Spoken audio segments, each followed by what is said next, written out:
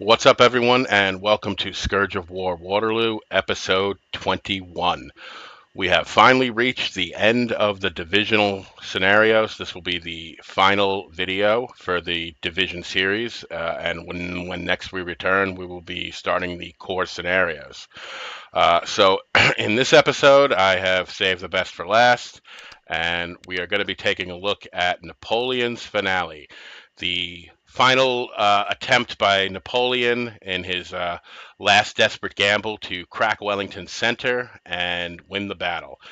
Um, this, as far as divisional scenarios go, this one is probably the hardest, certainly the most lopsided. Um, Wellington basically has everything going for him in this scenario. He has the advantage of position behind the ridge. He has the advantage of superior numbers at the point of impact.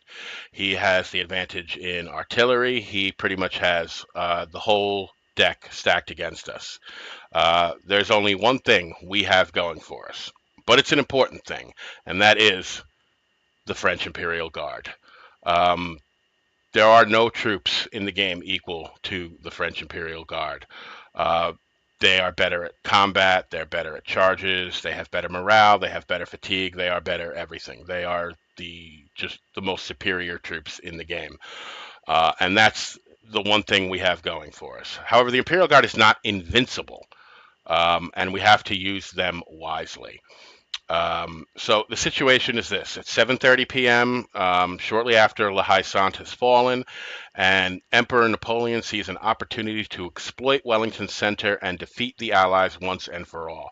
With the fall of La Haye Sainte and the Prussians being held in check at Plassanois, it is time to commit our finest troops to the fight and split the enemy center. The Garde Imperiale, along with Donzelot's division from Durland's First Corps, will attack the Allied center and split their army in half. And the mission is to attack the Allied center and bring this battle to a close. So the way this scenario is laid out is Donzelot's division is in front, and they are largely going to end up being, for lack of a better word, the sacrificial lamb. So let's take a look at our troop deployments here. So we have an artillery battery out front, and then we have Donzelot's division, 2 brigades, Allard and Schmitz. Behind them, we have Morvan with the middle guard, and then 2 more artillery batteries under Valnet and Talcyon, and Cambronne is commanding the Old Guard, who are basically the top tier of even the Imperial Guard. Every one of these units are level 8 elite troops. There are no other troops in the game equal to them. Um, and we want to save these guys for last. Basically, there are 2 objectives, right? There's one here, and there's one here kind of off the top. Both of these objectives are worth 200 points a minute. However, we do not have the manpower to conquer this whole area and take both objectives and then be able to hold them. So we're going to ignore this one, and we're just going to go for this one. If we can get it, in a reasonable amount of time, 200 points a minute is a lot of points. And if we can get the Old Guard up there with the artillery and set up something of a defensible, holdable position, we can hang on to this objective and earn a lot of points from it. The way we're going to do this is basically we're going to set up our attack so that it hits the Allies in a succession of waves, like ocean waves crashing through breakers. That's basically what we're going to try to do here. Now, the forward position of the Allies is covered by artillery, pretty much all the way across here, right? And we can't take them all, right? But in front of our objective right here, there's like 16 to 20 guns, something like that. And it's going to be Allard and Schmitz's job to take those guns. So we're going to send, Schmitz up here to the right, and we're going to send Allard over here to the left so that they can take this whole array of guns in front of them. Now, that's not hard for them to do. But after that, they're going to be depleted because every time you take a gun with infantry, you crew them. So they are going to, with every gun they take, their units are going to be losing 30 men to crew the gun, and they take a lot of guns. So they're going to be severely depleted after that. Nevertheless, we have to continue hurling them against the enemy. So we're going to hurl them again against the what's left of them after they crew all the guns. We're going to hurl them against the Allied lines, and they're not going to make too much of a dent because they're severely depleted from crewing all the guns, and their fatigue is taking a hit now from charging all the guns. So largely, what we're doing is we're just hitting the Allies to disrupt them and disorganize them, and break them of their formations, and have them start, crisscrossing their lines and getting all mixed up and whatever. And that's largely what their purpose is just to mix up the allies, the infantry behind the guns. They're going to get wiped out. They're not big enough of a force, and they're going to be depleted from having crewed all the guns. Likewise, we're not even going to be able to really protect the guns that we take because we have to keep sending these forces forward. Um, so we're going to lose a lot of the guns because they're going to just rout because they're going to get shot at by Allied infantry. Better that than have them stay Allied guns and punch holes in our lines with canister fire. So it's one of those instances. Well, if we can't have them, then at least they can't have them either. So we're going to lose a lot of those guns. They will do some damage before they run off. It helps. Every little bit helps. But we're not really going to be able to protect them the way we would like to, simply because we just don't have the time. We have to hit these Allied infantry units and kind of start to disrupt their position. Like I said, that's going to pretty much wipe out Allard and Schmitz's brigade. But when we start at the beginning of the scenario, when we start moving Allard and Schmitz forward, we're going to get all our troops going. We're going to have the middle guard move in right behind them, and right behind them, we're going to have the old guard. So that as each attack moves forward, as the next wave hits, it's going to have more of an impact because each successive wave is going to have a higher troop quality than the one before it. So Allard's and Schmitz's brigades are mostly made up of level 5 and level 6 troops, seasoned and regular. Morven's middle guard are all made up of level 7 veteran troops, which is a very high troop quality. Very few units in the game have level 7 veteran troops. I don't think the Prussians have any level 7 veteran troops. The British have a few. The foot guards are up there. They're level 7. But it's a rare troop quality. These are really good troops. Um, so then they're going to hit, and they're going to the lines will have already been disorganized and disrupted by Allard and Schmitz's brigade, and these guys are going to come crashing into them with their level 7 troop quality. Troop quality has a lot more of a bearing on melee combat than it does on anything else. When you're shooting it out with an enemy, it's largely a matter of, who has more muskets than anything else, who has the superior firepower. It's not necessarily about troop quality. But in hand-to-hand combat, troop quality plays a much bigger role. So even though we have fewer troops and smaller units, their troop quality is probably going to be 2 levels higher than most of these Dutch-Belgian units that we're going to be charging into, who are probably going to be mostly level 5s. And so even with inferior numbers, the fact that these guys are much better in hand-to-hand combat means they're going to do good. And we're going to have them move up right behind Allard and Schmitz. So as Allard and Schmitz begin to break and run or get captured, as the unit gets wiped out, the middle guard will have moved forward under cover of them and can now cleanly crash into the Allied lines. They're going to do a lot of damage. Right behind them, we're going to bring up the old guard. And the goal of the old guard is to move in behind the middle guard as they're pushing the Allies off the objective and to take up position. Around the objective, and their job is to set up a holdable position, a defensive position that we can hold throughout the rest of the game, because these 2 brigades are going to get wiped out completely. Half the middle guard we're going to lose just because they're going to charge heavier than any of these units are going to, because they're so good in hand-to-hand combat, but we're going to lose a lot of them. So all we're going to end up with being left with is the old guard, and the old guard's troop quality is so high that they can hold in situations that other troops couldn't. So even though it's going to be very chaotic when we get up there. We're not going to be able to set up kind of the perfect, pristine, defensible position. We're just going to kind of set up what we can. And being that it's the old guard, it doesn't have to be perfect because they're so good at holding a position. And, as the battle goes on, we'll start to slowly refine it as much as we can to make it better. Okay, so let's cycle down, and that's pretty much the plan. And again, these are our forces that are available. We have 2 brigades from the Imperial Guard, the Middle and Old. We have 2 brigades from Donzelot's division, 4 brigades total, and 3 8-gun artillery batteries. We need 3,000 points for a major victory. Just real briefly to digress, the last time I played the scenario was probably like a year ago, before I ever started the series. This is not one of my more favorite scenarios to play, just because it's so lopsided. It's really an unfair scenario. Um, so I hadn't played the scenario in a long time. However, um, a year ago, I was nowhere near the expert at this game's mechanics that I am now. Nor was I as good at handling large numbers of troops, coordinating large numbers of troops.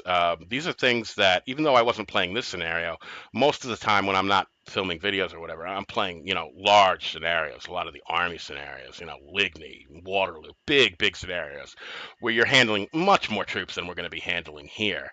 Even though, as far as divisional scenarios go, you're going to be handling more troops in this scenario than you have yet in any other divisional scenario.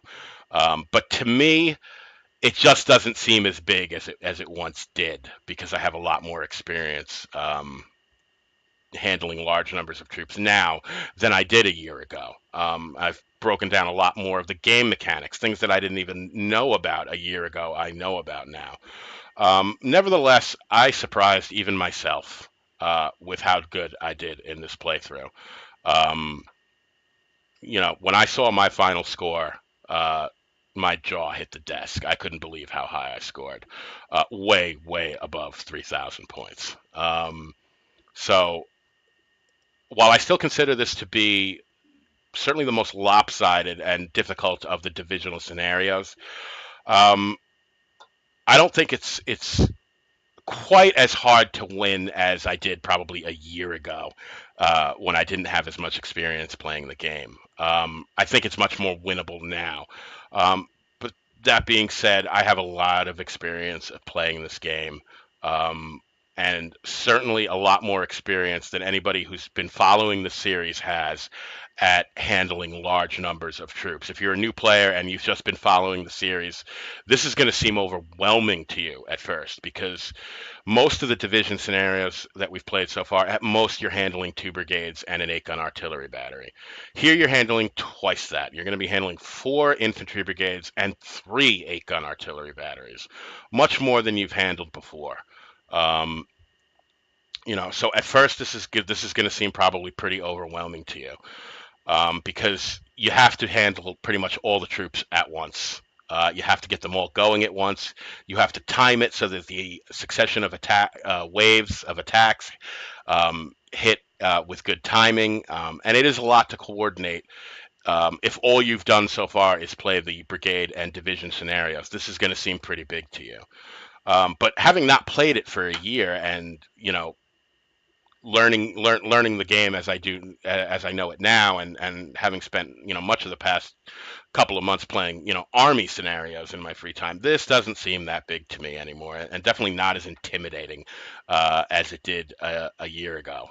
Nevertheless, I still didn't expect to do as good as I did.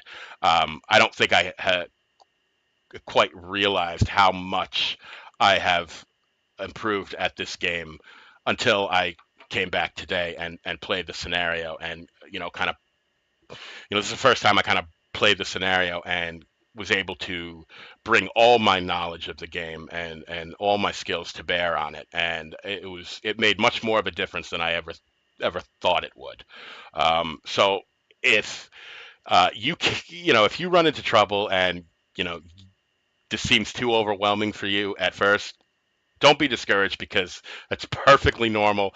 I was just as overwhelmed by the scenario, when I was learning the game too. I hated this scenario. I thought it was impossible to win. It probably took more replays for me to ever get a major victory in it than any other scenario leading up to it. Any of the brigade scenarios, any of the other division scenarios. So it is a difficult scenario, when you first encounter it. Um, So yeah, like I said, don't be discouraged. You know, it takes a lot of practice to handle large numbers of troops and get them all moving at first. And you're going to see, we're going to get them, everything we got. We're going to hurl at the Allied lines kind of right off the bat. Uh, so yeah, let's get this thing going. And you know, this is definitely a brutal attack at the beginning here. We're just going for blunt force trauma. As I said, Allard and Schmidt's brigades are going to be virtually wiped out. You know, but the main thing they have to do is capture the guns and you know, kind of engage the allies in melee and get them all kind of disrupted and disorganized, so that when the middle guard you know, moves forward in formation and hits them, they really put a walloping on them. All right, so here we go. We're commanding Marshal Ney, who is the nominal. We're playing Marshal Ney, who is nominally in command here, and basically, pause right here for a second. These are our forces. You can see we have Allard and Schmidt's brigade here. We have our artillery battery out in front. Behind them here is Morvan and the middle guard, our other two artillery batteries, and then here is the old guard. We have 4 battalions here, and there are 2 other old guard battalions further back here behind La Belle Alliance, and I'll show you them in a second as I spin the camera around. There they are. We're going to bring them forward too. We need every man to make this attack successful. So here comes our courier, and he's going to give us our orders. And it says, Mon ami, I have assembled the guard and Donzelot's division to crush the enemy center. I trust in you, my brave Marshal Ney, to lead my sons to victory. Let us show those devils that France is rightfully ours. Napoleon. Note, all of your officers are on take charge from AI. And as I've said before, that just makes it so that our troops don't go wandering off, engaging in combat and getting going kind of without our direction. So the troops are not on take charge, but as long as their officers are, they won't just go off and, you know, start thinking for themselves. And that's basically what that's for. All right. So I meant to close that instead of play the video here. All right. So here we go. All right. Now we're going to act fast and furious at the beginning here. The first thing we have to do is get Schmitz's brigade going. You can see we got 2 6-gun batteries, looks like 12 guns over here, and we're going to send Schmitz's brigade to take them. To the left of them, though they're out of sight right now behind the ridge, are another like 16 guns, and it's going to be up to Allard to take those guns. So we're going to get them moving. While we're getting them moving, and while they're marching into position, we're going to bring the middle guard up right behind them. And then we're going to bring the old guard up right behind them. So we got to get all our troops going at once. And this way they're all in position to attack in a succession of waves.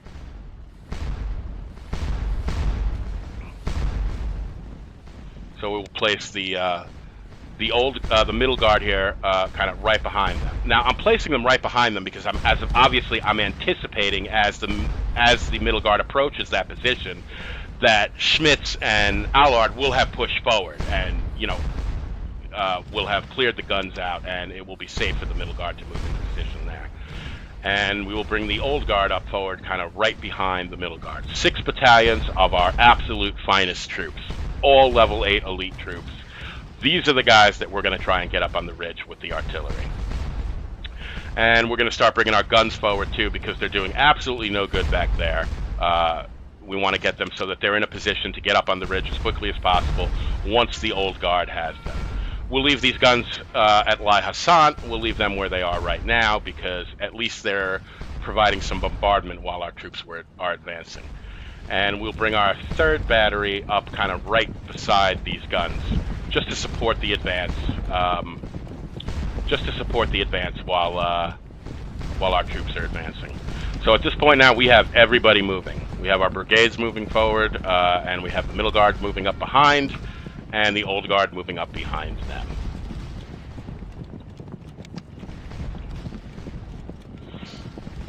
All right, so we have our guns lined up. That's a good-sized battery to bombard the Allied line as our troops are advancing. And here comes Schmitz. Now they're kind of below the ridge line, which is why they haven't taken any casualties yet. But as soon as they get above the ridge line and into canister range, they're going to get mollywopped. This is a lot of artillery. They're going to lose over 100 men from the brigade in just a few seconds as soon as they come into canister range. As soon as they come into canister range, I am going to double quick them so that they get to those batteries as soon as possible, taking the minimum amount of casualties possible. And I even get it just right. I double quick them just as the canister goes off. So they're moving in. That first shot did 26 damage. We've already lost 50 men in like 3 seconds. You know, this canister is just brutal, you know. So here we are getting into position. 76 men in, you know, a couple of seconds. This is why I'm double clicking them. You know, we have to get these guns. Absolutely have to get them as fast as possible. And here we go. We are charging into them. Now, the moment we do, these Allied troops back here are going to start reacting. And they're all in column by division. They're all, you know, just squatted up back there, densely populated in kind of a huge formation. But as soon as we start moving in a range here and hitting them, you know, we're going to start to disrupt them and break them up a little bit. We're going to get crushed. We are no match for this force. But the point is, we're going to, you know, start breaking them up and getting their formations all tangled up and you know, basically set them up to be hit by the middle guard. But you know, most of my troops here are going to get slaughtered, and you know, that's to be expected. I left a few battalions behind who I'm trying to cover some of this artillery so that I don't get shot at and run away immediately. But it's not really going to work. I just don't have the manpower to really screen these guns. So now we're getting Allard's brigade going. He's got to take all the rest of these guns.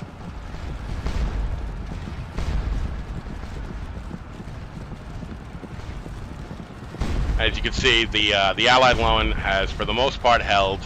A few Allied units withdrew, but basically they crushed us, and I knew they would. We're no match for them. We're not like really high troop quality. We're about the same as them, and they've just got us outnumbered by so much. But we're going to crash into them again with Allard's brigade and do a little bit more damage, and you know, start to break them up a little bit. You know, I know this looks bad right now, like, oh my God, Rob, you're being completely repulsed. You're right. But it's kind of the only way to do this is just to hit them in a succession of waves, with each wave coming after being of higher troop quality than the one before it. And it will start to wear down on the Allies. And eventually, when the middle guard gets up there and really starts hitting them with troops of higher troop quality, we'll start to break this up and push them off the objective. I know it looks dim right now, but believe me, it's not. So, you know, with the few units I have back here, I'm just quickly trying and cover some of this artillery. You know, I'm trying to hit these units that are just right up here and see if I can push them back. And, you know, kind of do whatever I can to slowly push this formation back. You can see some of the Allied units now have their formations crisscrossed. We're firing into their flank. This unit's getting hit in the rear. Now some of this French artillery is shooting canister into them. This is all helping. You know, this is all going to help to break this up, but it won't really go until we get the middle guard up here. And they're coming. They're kind of right behind, because Allard and Schmidt's brigades are not going to last long. They are really not cut out for this kind of thing. Remember, they've already been involved in Derlan's attack early in the afternoon. They've lost a lot of men crewing all these guns now. You can see the guns just running off, you know, because we can't protect them and the Allied infantry is shooting at them. But like I said, better that than them stay Allied guns and shoot canister into us. You know, they're doing, you know, they're getting off a few canister shots before running off. They're doing something, you know.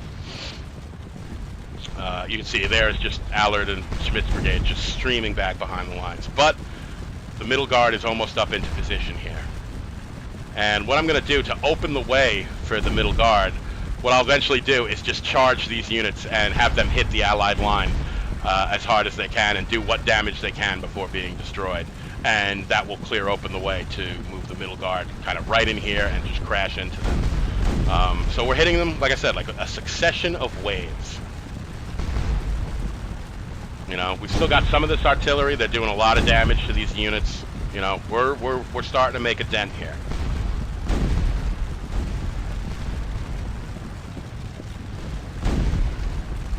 So this was a bad charge here. This right here. These guys are going to get slaughtered. But again, I'm just trying to do whatever damage I can to the Allies and open the way for the middle guard to just move straight forward and hit these units now that are, you know, they're going to have lower fatigue because they've been in combat, they've taken casualties. You know, more than anything, that's what I'm trying to do with Schmidt's and Allard's brigade, is just wear some of this Allied infantry out so that they're more susceptible to attacks from the middle guard and that they really can crush them. So yeah, be prepared to just slaughter Allard and Schmidt's brigade to, you know, as much as you can, you know, until they just are captured, surrender, rout, you know, the whole thing. They're just going to break and, you know, be wiped out. So here comes the old guard. As I said, there are 6 battalions. 2 of them are a little further behind.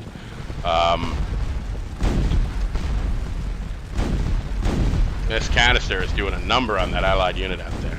So I'm trying to kick out some skirmishers and, you know, slowly start to, you know, screen what artillery I have out there. Again, this is very chaotic.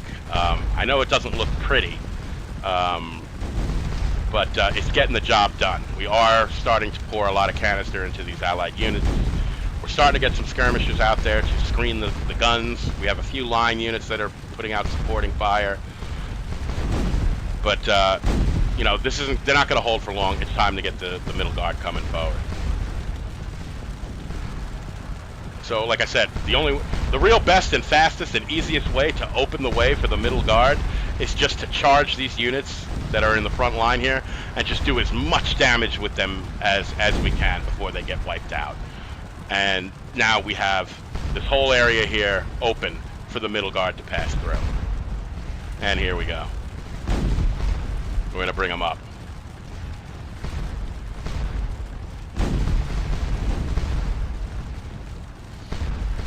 We got a nice wide open space here. You can see that this whole Allied formation is beginning to break up. Yeah, some of our skirmishers are getting shot to hell because artillery is shooting in on our left flank. There's a lot happening at once here, you know, and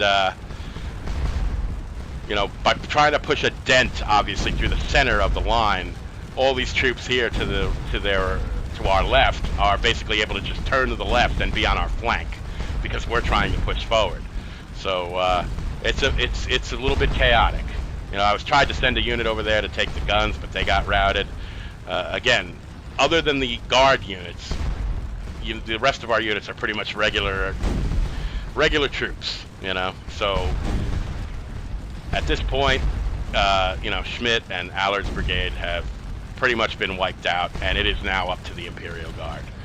And you know, we've broken up the Allied formation a lot over here. It's not a thick line anymore. They're all kind of disorganized. They're ripe for the plucking, for a whole formation to just come in and just go buck wild. And if we can do that, clear enough of this out, we can open up the objective and move the old guard into position. So here we go, the middle guard. And they're going to crash into these forward units and just smash them because these units have already engaged in melee now. They're fatigued, and they are nowhere near the troop quality of the middle guard. As you can see, we're already up by 300 points. They're retreating, and we're just going to keep pushing them forward as hard as we can and just crash into as many units as we can. And we're now bringing the old guard up as well. They're right behind us. And we have the objective. We don't have a good hold on it, but we have possession of it. But we have to keep pushing with the middle guard to basically give us room near the objective to bring the old guard into position and get some guns up there. So we're just crashing into as many of these units as we can. You can see this Dutch-Belgian unit is about to get creamed in its flank here by this unit. And we're sending the vast majority of the rest of the middle guard over to this break. See if we can break this up, get them away from the objective, and And yeah, like I said, the guard, man, you just get more charges out of them. They're better troops. And here we go. We're bringing the old guard in.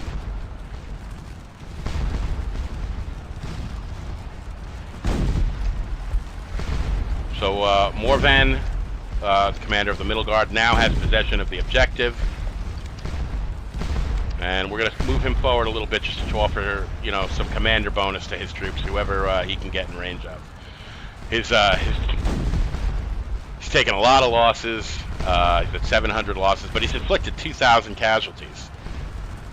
And as long as these troops are going to keep going, I'm going to keep charging them. Casualties be damned. You know, I'm trying to push these units, you know, clear of the objective to make it safe to set up the old guard. And as you can see, they're doing a great job of it now. The objective is, you know, well behind where our units are. You can see, unfortunately, one of our units surrendered, and this unit is, you know, really outnumbered. So we're gonna bring some of these units over, and we're actually even gonna get the old guard involved in a little bit. Some of the more units on the left here, because the middle guard, as much damage as they're doing, they're outnumbered, you know, and they're not gonna last long. All right, so let's get the guns coming. We got to bring the guns up because we're gonna need them. We're not gonna put them forward yet because we don't quite have this position secure enough yet to put them forward. But we got to start moving them up so that when the time comes to bring them forward of the old guard and set up the skirmishers in front of them and so forth, that you know, that we're not they're not too far behind and it doesn't take too long to do. Speed is kind of everything. Once you crack that allied position open, you have to move in there with the quickness and get that objective occupied and set up a holdable, defensible position. And the only way you're going to do that is to get the guns up there. So as you can see, a lot of the middle guard has surrendered, at least 3 battalions. So we're going to send some of the old guard forward and see if we can break what's left of this. And the old guard are the badasses of the game. You know, they are brutal. In hand-to-hand combat, they don't lose. As you can see, these Dutch-Belgian troops are just running for their lives at the thought of the old guard. And again, we're going to send them to help this other unit out. We also have another unit of the middle guard charging in on their other flank, and that's going to clear this out real nicely.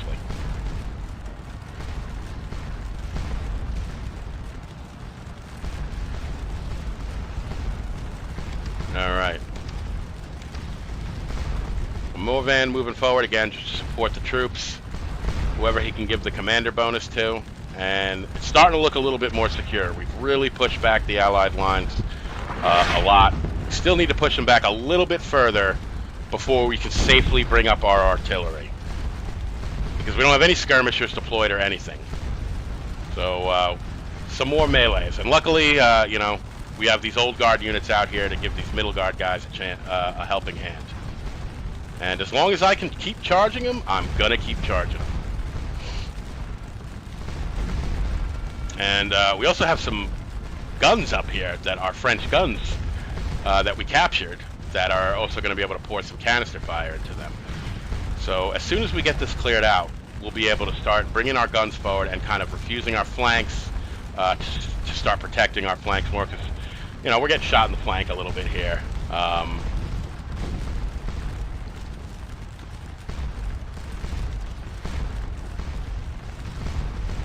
You know, we're going to have to do something about all that artillery out there, you know, but right now we're just trying to focus on pushing these Allied units back away from the objective so that we can set up a holdable position with some artillery that we can get some skirmishers out in front of.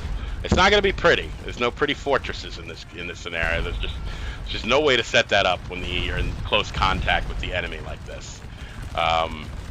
You know, but it'll be the idea behind it. You know, we're going to get artillery where we can get it, and we're going to screen them with skirmishers, and we'll keep line units in support. You know, and just kind of keep a hold on this, a foothold on this objective here. So this left guard unit is being hit in the flank, so I'm going to wheel back left and pivot on the right flank and get their left back so that they're not being shot in the flank and possibly move them out of canister range. And, you know, we'll start to kick out some skirmishers to screen the guards. Once they're out there, we can bring the artillery forward. You know, and we're trying to do a little bit at a time. Alright, so let's bring these guns forward now. So as long as the line units are out there, the guns are still screened. They can't shoot, really, because the line units block line of sight, but they're screened. And we're going to hit these, we've got one more middle guard unit here. They're still in pretty good shape. Let's see if we can blast some of these allied units back a little bit. Although I think we get the worst of it here. I think I bit off more than I could chew. It's just it's like 2 or 3 units charging my one unit here. You know, but again, I'm just trying to disrupt them, get them to retreat, even if I don't necessarily win the charge. And in fact, I surrendered. You know, I don't need to. I don't need to hold this position with a lot of units. So you know, I really just want to hit these allied units as hard as possible, even if I don't get the better of it, just to get them out of there, so that I can set up a better position that I can hold with fewer units more securely. Because you know, we're getting pounded on by all this allied artillery to our left here, and we don't have the manpower to take it, but we have to set up some kind of answer for it. So I'm going to set up artillery to shoot at their guns, but I'm going to screen them with skirmishers when I get the chance.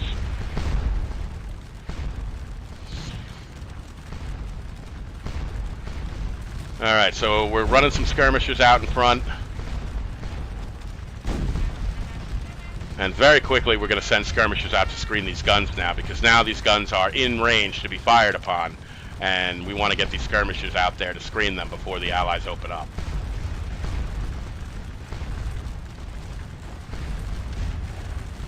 Because once the artillery men start getting hit, those guns will run. We don't want that to happen. We worked really hard to get these guns up here. Alright, so Marshal Ney already has over 3,000 points. He has 4,100 points. Already we have enough for a major victory. Like I said, I did much better in this scenario than I ever did before in terms of coordinating the attack and getting everything to hit just right.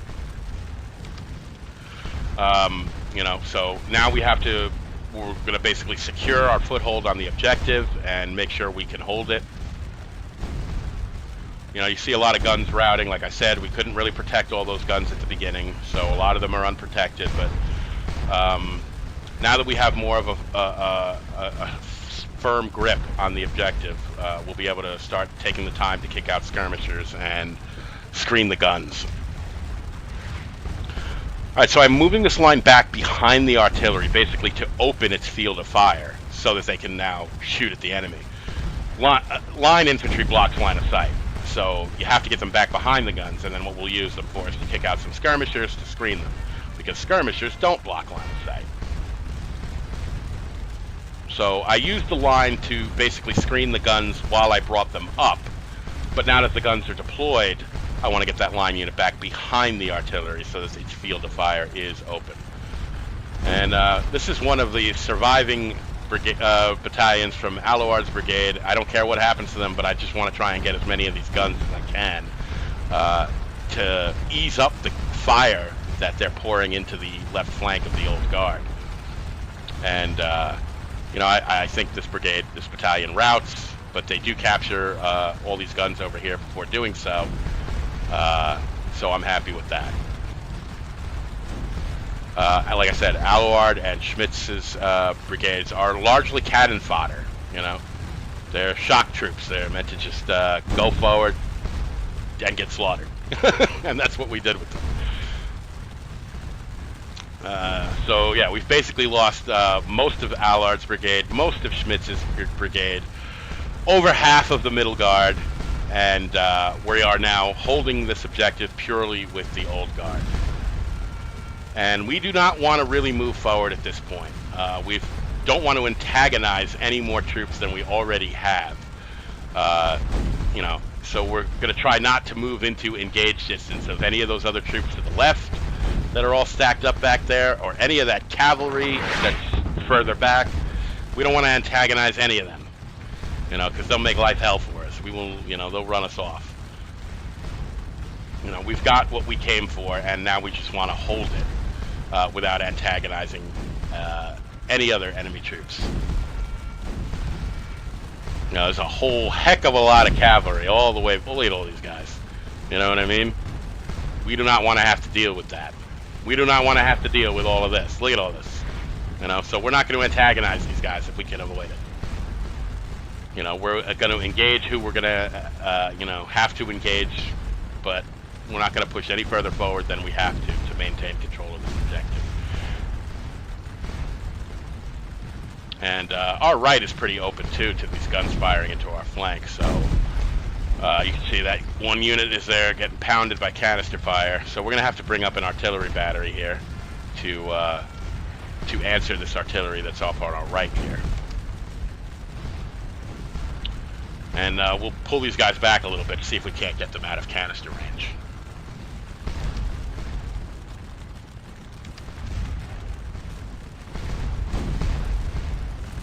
So the situation has stabilized a little bit. It's not quite as crazy as it was when we were trying to attack. The Allies have really backed off a lot now. They're still dangerous. There's still a lot of them out there. They still have, you know, artillery on our flank. But we've pushed them back a great deal. We have a lot of skirmishers out there now, screening our artillery. And, you know, the artillery is pouring canister into them, which really makes them hesitant to come forward because they're going to take a walloping. So we're at 5,200 points. Again, we're doing really, really good. You know, I know it looked like we got a lot of our troops slaughtered at the beginning, but it's necessary. You have to just hit these Allies as hard as you possibly can to get those old guardsmen up onto that ridge and be able to set up a line that they can hold.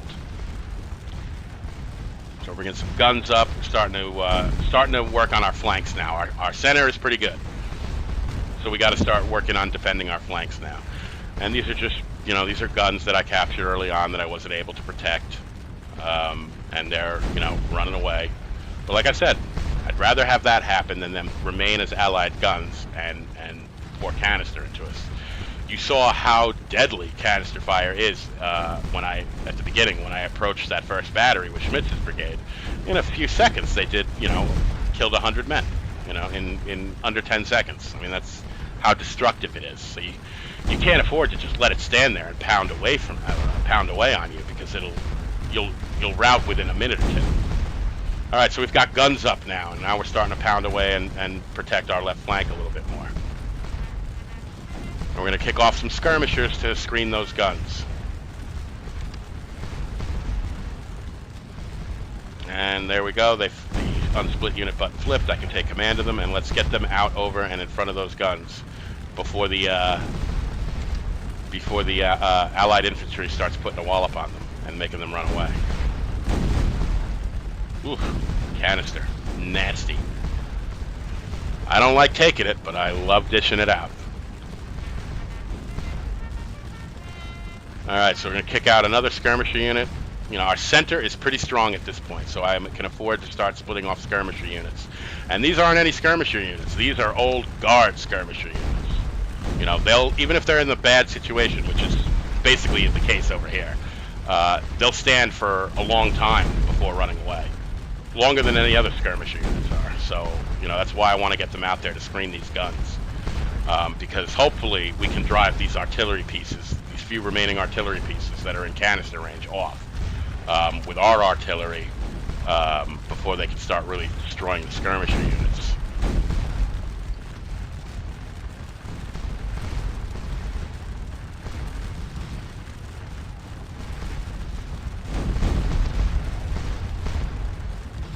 As you can see, as soon as we moved those skirmishers into position, this gun right here, started targeting them with canister fire.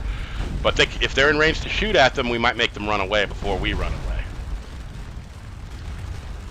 It's a rough life being a skirmisher when you're standing in front of guns firing canister at you. But it's also rough for the artillerymen manning the guns if they're being fired on by the skirmishers.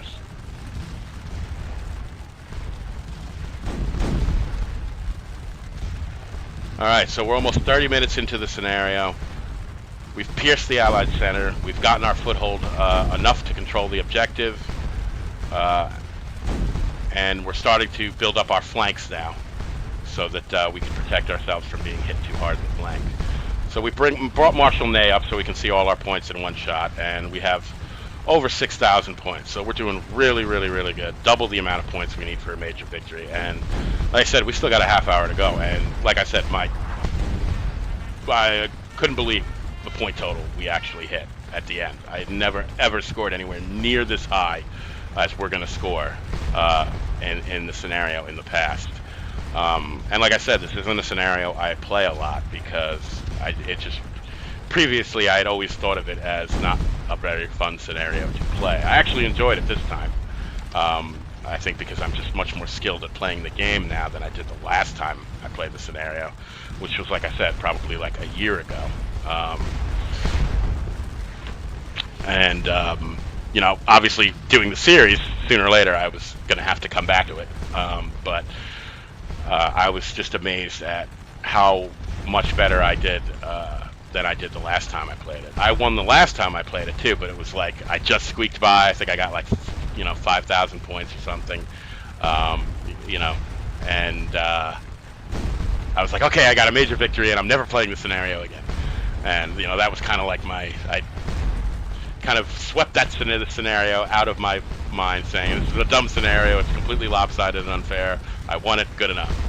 But you know, between the last time I played it and now, my understanding of the game has grown by leaps and bounds, and my ability to handle large numbers of troops and is certainly much more cohesive now than it was back then, because I've had a lot more practice and a lot more experience. You know, and that's not to say the scenario is still not difficult. It is. It's still the most difficult divisional scenario in the game. It's still the most lopsided scenario in the game. I might stop short of what I used to say is that I thought it was the most difficult scenario overall in the game.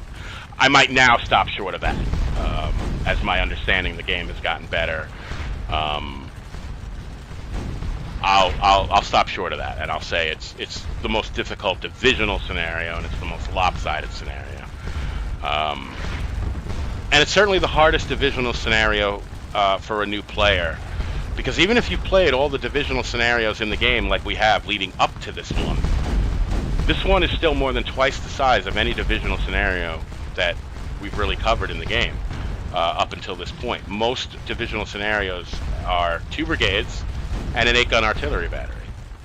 In this scenario, you're playing 4 brigades and 3 8-gun batteries. So it's more than twice as big in terms of the number of organizations and troops that you're handling than any scenario you've played yet, if you've been following the series. You know, so to a first-timer playing the scenario, if this feels overwhelming and like you can't control it, don't feel bad, because that's exactly how I felt back in the day. You know, it takes a lot of practice to be able to handle larger numbers of troops. But this doesn't seem to me like a large number of troops, because, you know, at this point, you know, over 2.5 years of playing this game, I've beaten every scenario in the game. I've beaten all the core scenarios. I've beaten all the army scenarios, you know, multiple times. So handling this number of troops is nothing to me when I'm used to handling armies. You know, but for a first time playing the scenario, if you've been following the series and you're a new player and, you know, you've been playing the brigade series up through the division series, this is going to seem very large to you, because it's twice as big as any divisional scenario you've played so far. So like I said, if it feels overwhelming at first, don't be discouraged. It did to me too. You know, it's, you know, if the most you're used to handling right now is 2 brigades and an 8-gun artillery battery, and all of a sudden you're thrust into a scenario where you've got to handle twice the number of brigades and 3 times the amount of artillery batteries, and on top of that you got to get them all moving at once and control their timing of their attack. That's a lot to ask of a newer player, and it's why I feel this is the most difficult of all divisional scenarios, and it's why I saved it to last, so that at least you could get as much experience handling divisions as you could before heading into this scenario, which is a lot like almost handling 2 divisions because of how big it is. You know, and the hardest part of the scenario is the beginning. Getting those troops moving all at once, getting them to time their attacks so that they hit in successive waves and really break open that Allied formation so that the old guard can get up on the hill. Yeah, that's a lot to ask of somebody who has never handled this many troops at once. So, you know, if you don't do the, you know, if you aren't able to do it the first time around, the first time you try the scenario, you know, like I said, don't feel bad. Neither did I, you know.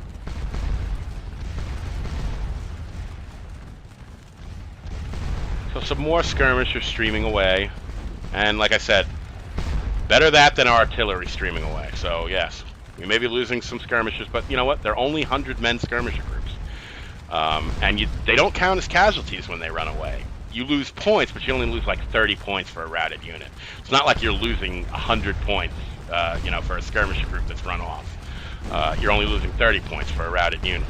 And like I said, better that than your artillery running off. However, right now, we've actually made a lot of these Allied infantry lines run off. So even though we don't have skirmisher units in front of this battery down here, they're okay for now. You know, we will have to split some skirmishers off to protect them later on, but right now they're okay.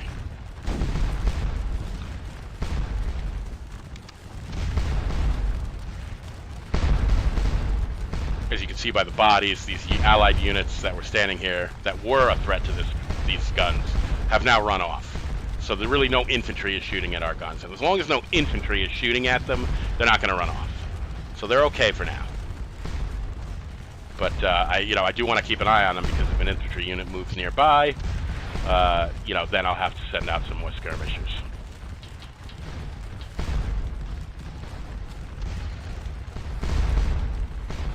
But things are largely starting to settle down here now. We've got a good hold on our right flank now. We've got a good hold on our left flank, and we have a good center, a very strong center. You know, the old guard are just some of the best troops in the game, and you know, I am not surprised in the slightest that the Allies don't even really want to give it a shot and try and tangle with them, because in hand-to-hand combat, they're virtually unbeatable. You know, and especially since really, other than 1 or 2 units of the old guard, we really haven't committed them in terms of getting them into combat. You know, so most of them are still in pretty good shape, and if the Allies were to come forward and you know, actually try to take this position back, at this point, you know, I think the guard would defeat them. So long as we didn't get ourselves drawn too far forward to activate all that cavalry back there, then we'd be in trouble, because I am not set up to meet cavalry right now. And since they haven't moved forward, I come to the conclusion that they won't, as long as I don't get too close. Which is why I haven't tried to set up some squares and you know, be prepared to meet a threat by the cavalry, because I don't think I'm gonna. As long as I don't move too far forward and don't get too near them, I think they'll stay back there. So here comes another unit, but bam, we slammed a skirmisher unit into their engaged distance, forcing them to stop and deploying to line. They are now going to get shot at in the flank by this line unit, by the skirmishers, by the artillery. They are not going to stand there for long.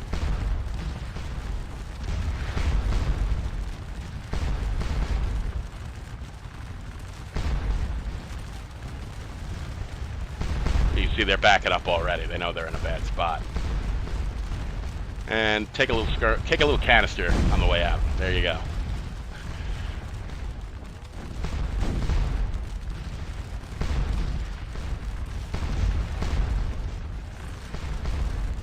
Alrighty, so things look pretty good. Still got about 25 minutes to go, but you know, we have pretty much captured this objective, and now we're pretty much unopposed. We've got a firm hold on it. And as long as we don't antagonize any more Allied units than we have to, which which we don't anymore because we have the objective, we should be in pretty good shape.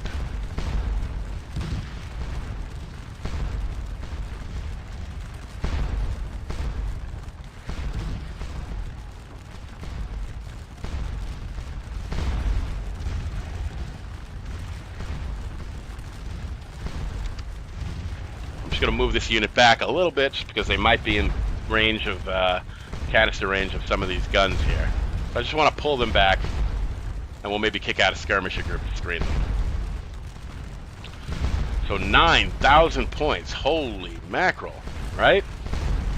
3 times more than we need for a major victory, and it's going to go even further up.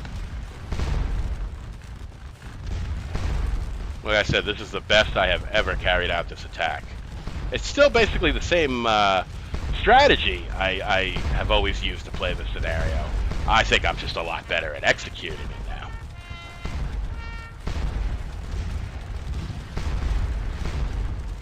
You know, being able to coordinating 4 brigades now, to me, it's absolutely nothing. You know, coordinating double that amount of brigades is nothing to me now. You know, so it doesn't seem quite as intimidating as it did, you know, a year ago when I was, you know, still learning the game, still working on finding and discovering all the mechanics of the game and, you know, how to use them.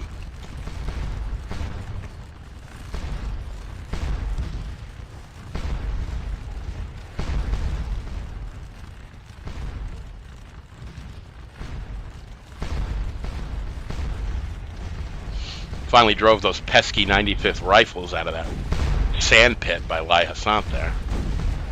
Oh yes, canister fire. I love the sound of it, especially when it's my guns doing it.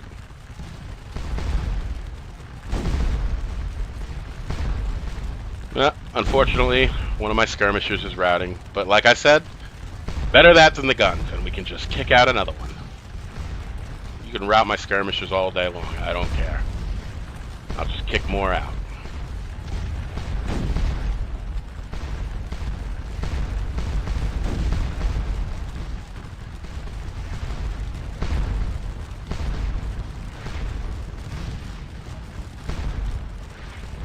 Yeah, why kick it out from that unit when I can kick it out from a unit that's not remotely in any danger of being engaged?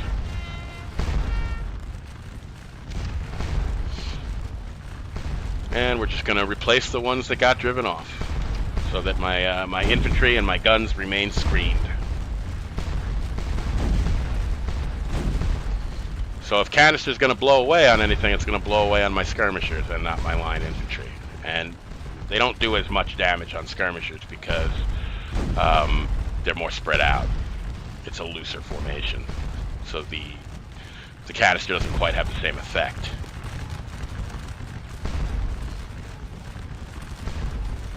And 2 of my guns seem to have wandered off here, so I'm going to bring them back.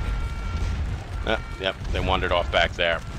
And actually it's because they're out of ammunition, they're out of canister fire, and I need to bring a supply wagon over here to refill them.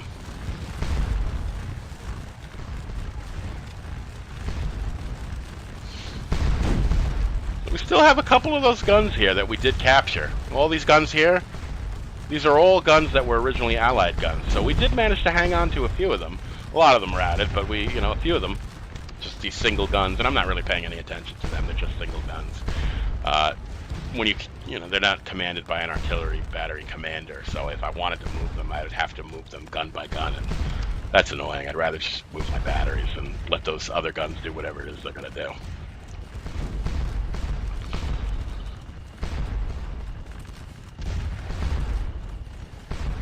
Alright, so we're bringing the supply wagon to refill our caissons here, because the guns have been shooting for a while now. And even though we're not shooting canister right now because everybody's kind of out of range, even our shell and shot ammunition is probably starting to run low. They've been shooting for quite a while now, at least 15 minutes. So we want to do the old rounds with the supply wagon and refill our caissons. I love that. See how that canister just blasting holes in that unit? and they're just standing there taking it. I don't know why. Like, just pull back, guys. You're not proving anything by standing there getting slaughtered. And I'll just walk the supply wagon behind the caissons to refill them.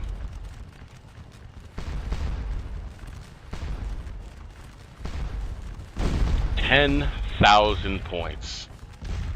10,500 points. I mean, just crazy how many points we were able to acquire by you know, focusing all our effort on this one objective, and you know, hitting the allies in a succession of waves, kind of right after the other, and each wave being of higher troop quality than the one before it. And it really worked out perfectly as far as driving them off that objective.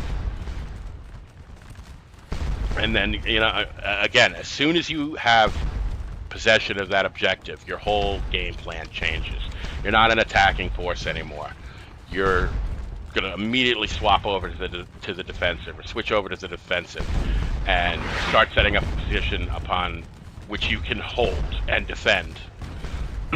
And really discourage the allies from trying to counterattack.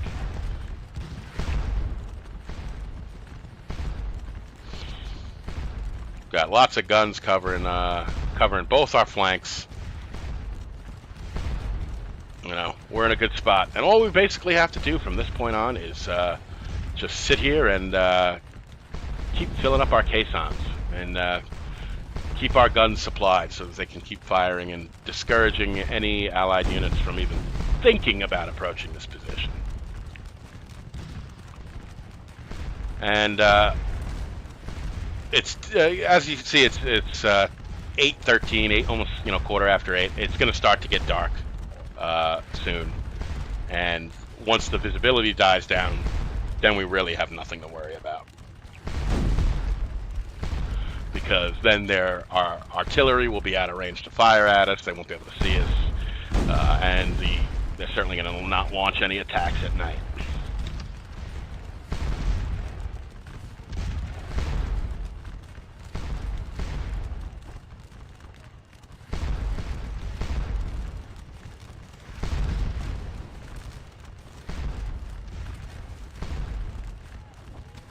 And I don't realize it right now, but there's actually another supply wagon up there. I'm using just one supply wagon, and I'm just moving them between all my gun batteries. But there's actually another one kicking around up there by Marshal Ney, and I just don't see it because it's kind of behind the trees. I think this is it. I'm not sure where it is, but there's definitely another supply wagon that I don't realize is kind of there at the moment, and I could use them too. And I think later on I find them.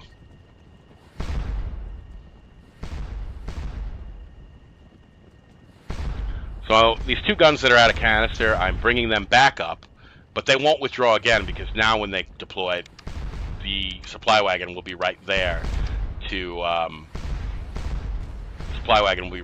refill their caissons.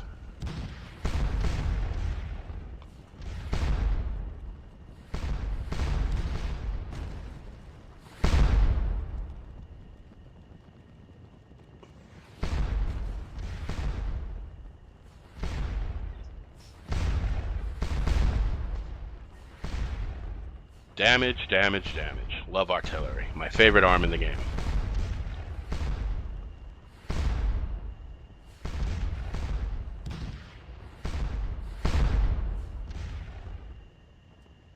And yeah, things are quieting down a lot here. So real quickly, I'm just going to run to the fridge and grab myself a beverage before we finish this up here. I'll be right back, guys.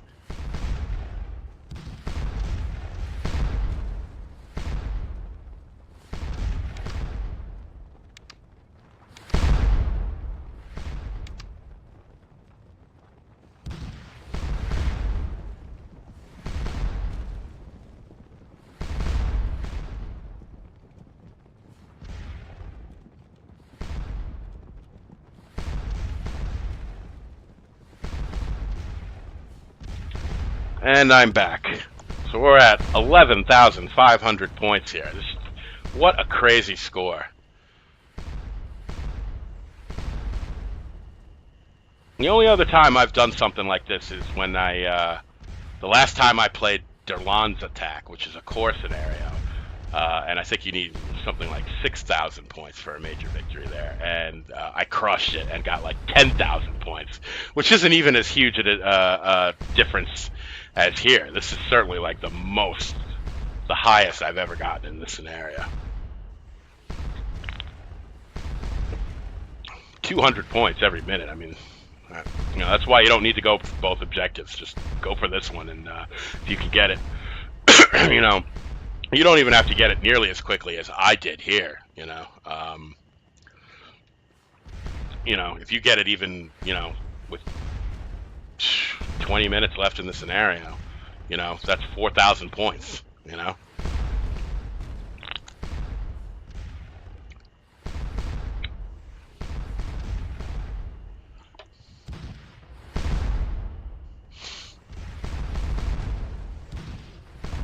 But I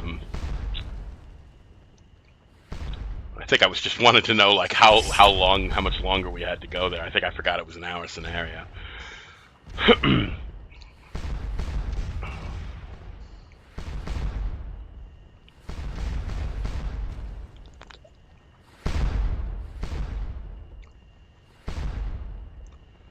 There's not much really more to say on this scenario. I think I covered, everything you kind of need to do to make this happen. And now it's just a matter of sitting here waiting for the timer to run out. The Allies are done. They've had enough. And as it gets dark, the fighting is going to completely die off, and eventually the cannon will stop firing as well. So after this, guys, it's time to put on your big boy pants, because we're going to move into core scenarios after this. And, really separate the men from the boys. We're going to start off slow. There's a couple of core scenarios I have in mind to start you guys off with where, you don't have to command an entire corps kind of right off the bat. There's a couple of scenarios where you start off with a couple of battalions and more troops kind of get released to you, and you're able to grow with the scenario, and over time, by the end of it, you'll be handling more troops than you've ever handled before, but it's not all thrown in your face at once. And there's a couple of scenarios like that. Saint Armand, the Prussian corps scenario, is probably the first one we'll cover, because you start off with just a handful of battalions, and then kind of regiment by regiment kind of gets released to you as the fight proliferates northward from Saint Armand to Saint Armand-la-Haye to Wagnally, and it doesn't all happen at once, so you're able to kind of grow and get comfortable with the scenario and handling more and more troops, rather than just having an entire corps thrust in your face to command. And that's even bigger than this, another one is the French 4th Corps assault on Ligny, Gerard's corps. You start off with one division available to you, and that's 2 brigades and a gun artillery battery. You guys should be very used to handling that amount of troops by now.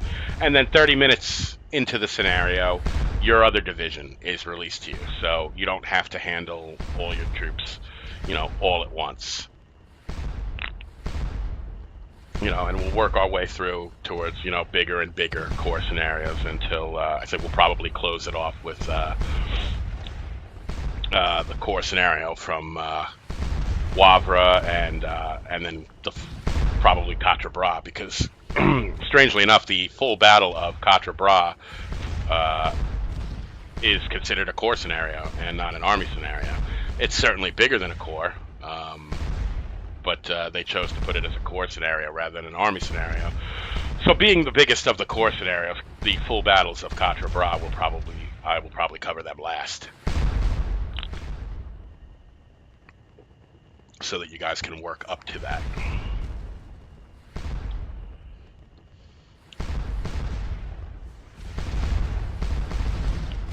So it's starting to get dark out. The guns are still firing, but The visibility is decreasing. We've got about 9 minutes left in the scenario. We are at, Jesus, 12,500 points. I mean, I was just amazed the way this went down, that I was able to accrue that many points.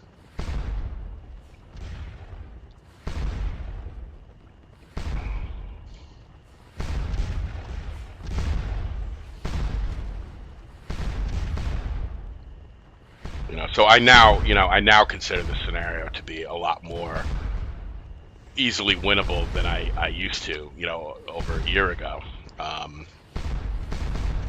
It's just going to take you guys some practice at being able to handle 4 brigades at once, and time it so that each brigade, kind of hits in a succession of waves, and that one kind of follows the other, and that just takes a little practice and a little timing. Always remember to set it up so that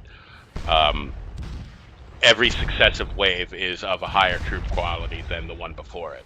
So use Donzelot's division, Allard's and Schmidt's brigades, who are level 5, level 6, kind of regular troops, and their job is to take the guns and at least get the Allies kind of disorganized and disrupted. They're going to get smashed because they're no match for the Allied forces back there.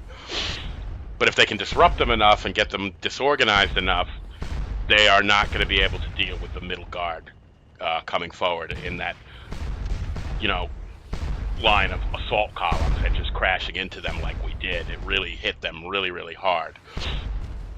And, and then obviously the final wave is the old guard, and you want them to be the ones to get up on the ridge and hold this position.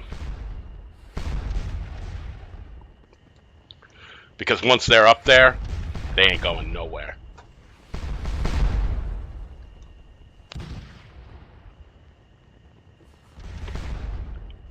Once you get them deployed and you get skirmishers out and you get your gun set up, it would take the hand of Providence to dislodge the old guard.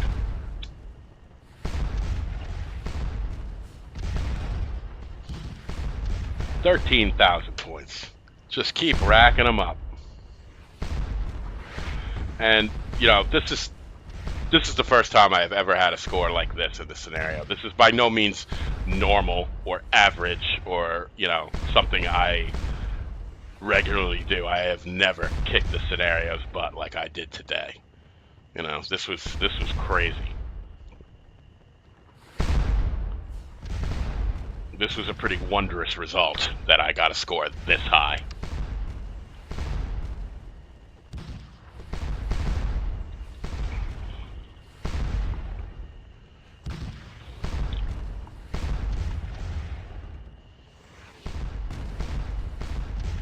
Well, as the last little bit of light fades here, and you will see, I think in a few seconds this is going to switch to night, and the guns will pretty much go silent at that point. I think the last 5 minutes of the scenario are night, and you will see the guns pretty much fall silent here. I think one sneaky Allied gun kind of sneaks into line of sight on my left and starts hitting one of my units with canister fire, but by and large, this is the end of it.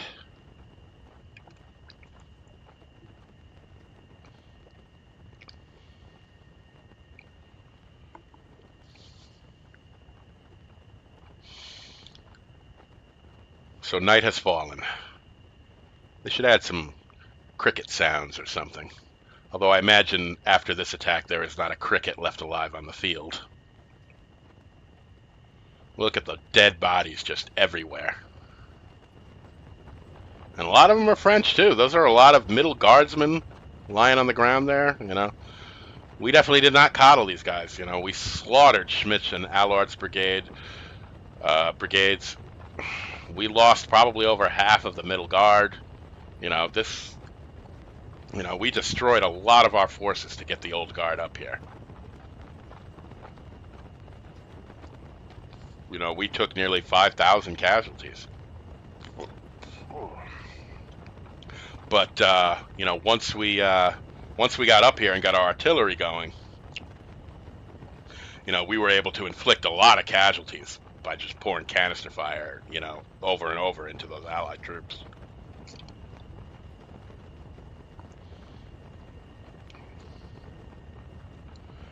We got a little under 4 minutes left. Not much left. Although, like I said, I think a Allied artillery gun kind of sneaks into just the edge of line of sight and starts trying to hit one of my units. There they go. And I'm like, where the hell is that coming from? And I think that's the only gun I can see right there. So I'm like, is it those guys?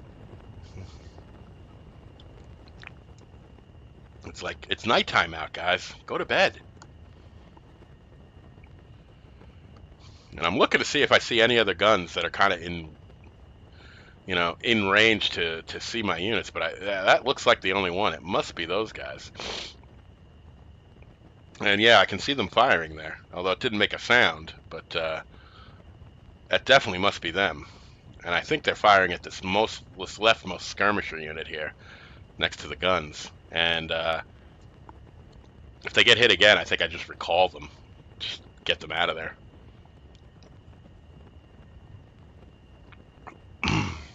Not that it really matters at this point, you know. So there we are. There's our dent in the Allied line. Big dent.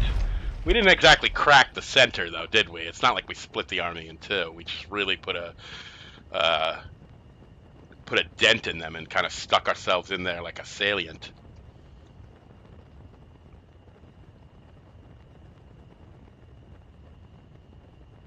Yeah, I'm thinking it's these guys getting fired on right now. So if they get hit again, and I can tell by their score, if it drops down below -6, which is what it is now. Yep, -17. So now I know it's them getting hit. So they just lost 11 men there. So might as well just recall them and get them out of there. Yep, nope, it's them. So there it was. The last shot fired at the Battle of Waterloo was an Allied gun shooting at my skirmishers.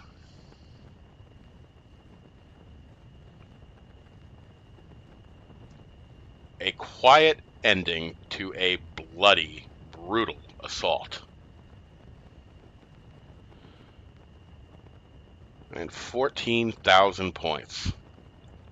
This is what I mean when I say it's worth it to get those objectives as quickly as you possibly can. Because they, if you can hold them for the majority of a scenario, you can really rack up a huge amount of points. And this was far more points than I had ever racked up in this scenario before. Because I think I was just better and faster at controlling the initial assault than I had ever been before, in terms of how fast I was actually able to get the old guard up onto that ridge and start accruing points from it. Even though it took us, maybe another 10 minutes to actually solidify our hold on the objective, and actually, really set up a good defensive position. As soon as you're in range with the right amount of men and an officer, you've got it. You start earning points from it. So this is it. We're winding down the final divisional scenario here, and here is our major victory. There we go. 14,275 points. We inflicted nearly 10,000 casualties on the enemy. We took 5,000 casualties ourselves. Drouot is the official commander of the Imperial Guard, but as I said, Marshal Ney was actually a nominal command here. And you'll see here, Schmitz's and Allard's brigades are, just virtually destroyed. Morvan, look at that. Out of seven units, one of them was a skirmisher unit, but out of 6 battalions, 4 of them were captured. So we lost, over half of the middle guard. Obviously, the old guard held up a lot better. Schmitz lost a lot of units, routed, captured. Allard's entire brigade was either captured or routed. They were absolutely destroyed. So we slaughtered a lot of troops, of our own troops, to get the old guard up onto that ridge. But that's what you got to do. You have to get a force up onto that ridge that's capable of holding it, so that you can rack up an insane amount of points. So there we are, guys. The end of the division series, and when next we come back, we will be starting the core scenarios, and a whole new adventure begins. All right, guys, take it easy.